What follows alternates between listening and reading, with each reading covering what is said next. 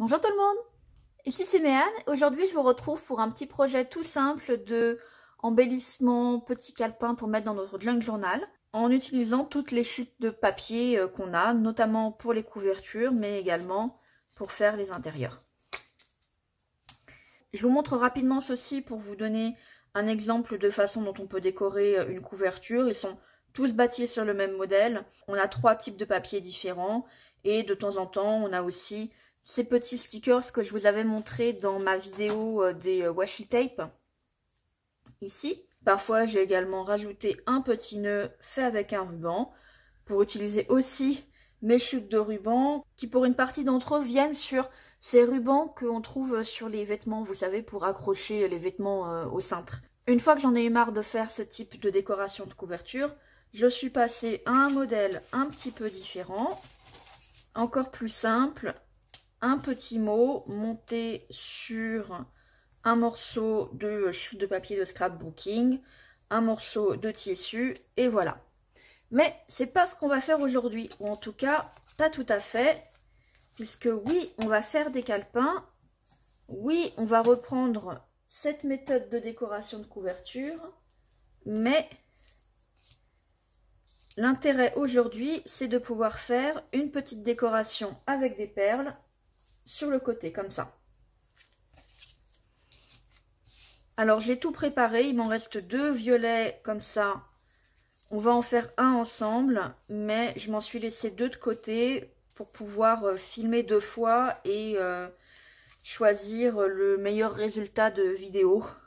Donc vous étonnez pas si par la suite vous avez l'impression qu'il y a de l'illogisme dans ce que je vous montre et que j'ai l'air de changer de calepin. C'est normal. On est parti.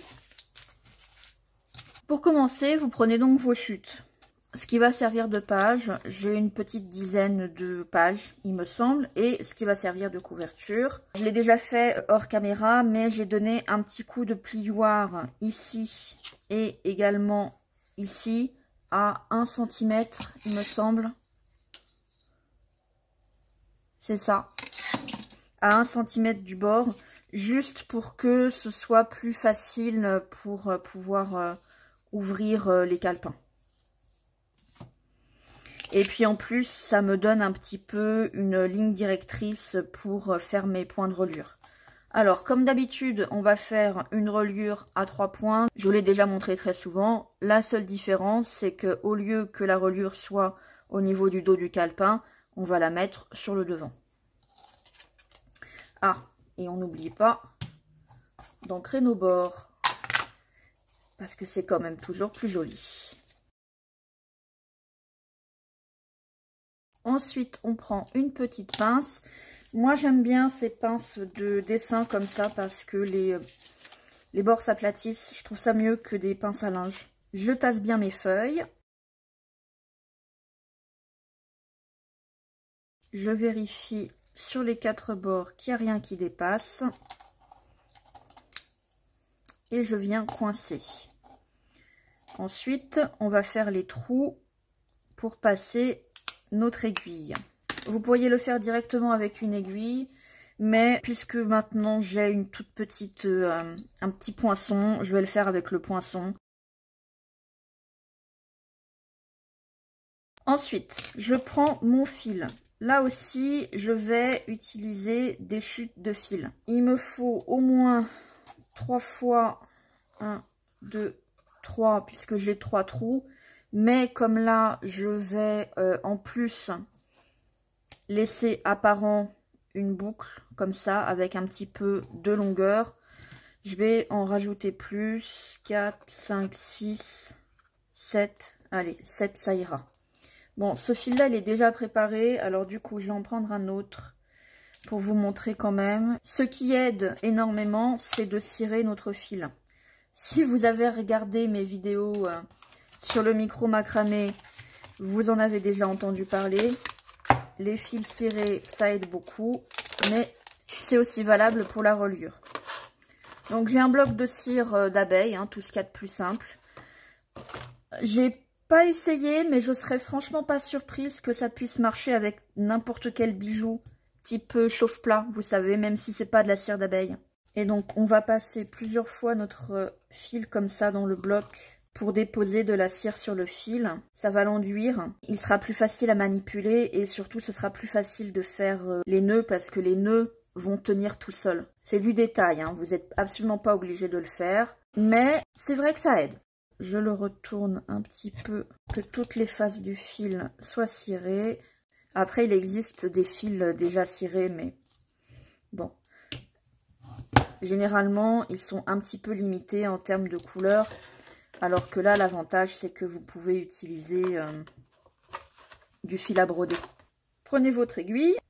L'inconvénient, par contre, de cette méthode, c'est que ça a tendance à un petit peu encrasser le chat de votre aiguille. La cire se dépose sur les bords. Il faut le nettoyer régulièrement. Voilà, j'ai bien galéré à rentrer le fil dans mon chat, mais maintenant c'est fait. Il faut une aiguille avec un chat suffisamment grand pour pouvoir passer votre fil, mais suffisamment petit pour pouvoir enfiler vos perles. Or, moi, je vais utiliser mes toutes petites perles. Alors, vous allez me voir galérer aussi, parce que le diamètre est juste. Et du coup, en fait, il y en a beaucoup où ça passe pas. La première perle qu'on va enfiler, c'est en fait l'une des deux qui va se trouver à la fin, à l'extrémité de la boucle. Alors maintenant, c'est du... Ah bah, j'ai de la chance. La première, elle est passée. Ensuite, je vais faire un nœud. D'expérience, je sais qu'il m'en faut un triple pour pouvoir bloquer ma perle. Alors, un petit truc. Je ne sais pas si vous savez, mais comment faire un double ou un triple nœud. Vous faites une fois une boucle autour de votre doigt. Et au lieu de faire juste un nœud serré et essayer désespérément de refaire un deuxième nœud par-dessus le premier, laissez tomber, vous n'y arriverez jamais. Vous continuez de rentrer votre fil autant de fois dans la boucle que vous voulez. Et c'est ce qui va vous faire votre double, triple, quadruple nœud. Je vous avoue que quand j'ai vu ça dans une vidéo de couture, ça a changé ma vie. Hop, avant de couper, je vérifie que ma perle est bien coincée. Oui, je coupe. On fait notre reliure. Donc, on va passer ici.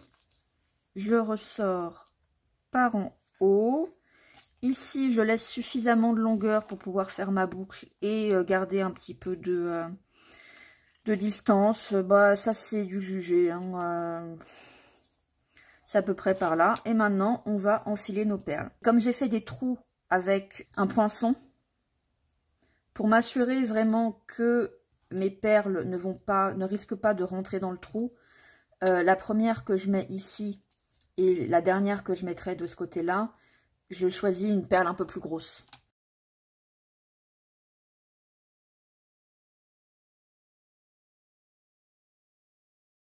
Là, le nombre de perles que j'ai enfilées m'amène au trou. Donc, il va falloir que je fasse attention à ça parce que j'ai besoin de laisser un petit espace ici pour avoir la place de faire mon nœud. Donc, je retiens que mon nœud, il sera entre cette violette-là et la prochaine. Mais en attendant, ça ne change rien. Je continue à enfiler mes perles. C'est juste qu'il faut que j'ai conscience du moment où j'arrive à mi-parcours.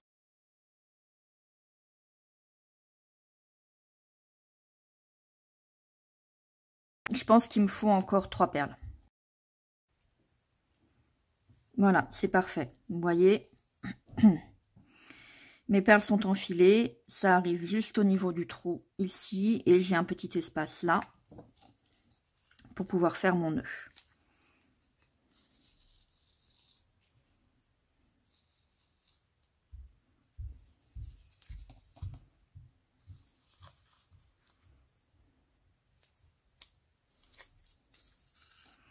Comme toujours avec ce type de reliure, on a le fil central et on a les deux fils qui vont faire le nœud de part et d'autre. Je replace mes perles et je vais faire mon nœud.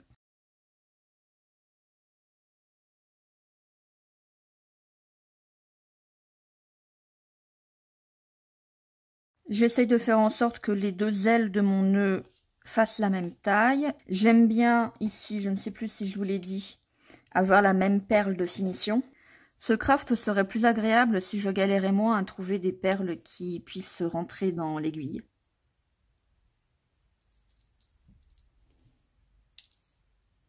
Eh ben, donc je fais la boucle autour de mon doigt. Je vais me servir de mon aiguille pour faire mon triple nœud. Au moment de serrer, j'essaie de voir un petit peu où est-ce que l'autre se termine pour les faire grosso modo de la même longueur.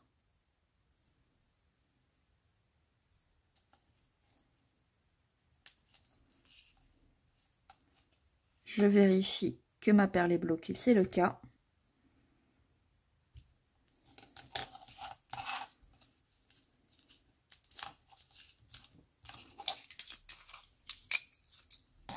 D'expérience, je sais que comme là c'est du papier de scrapbooking qui est un petit peu épais, et à cause de l'épaisseur du tissu ici qui en plus est très irrégulier, je donne un coup de stick que mon petit message accroche, mais en fait ça a du mal à rester collé, particulièrement sur les bords, ça a tendance à se soulever. Donc du coup je rajoute aussi de la tacky glue.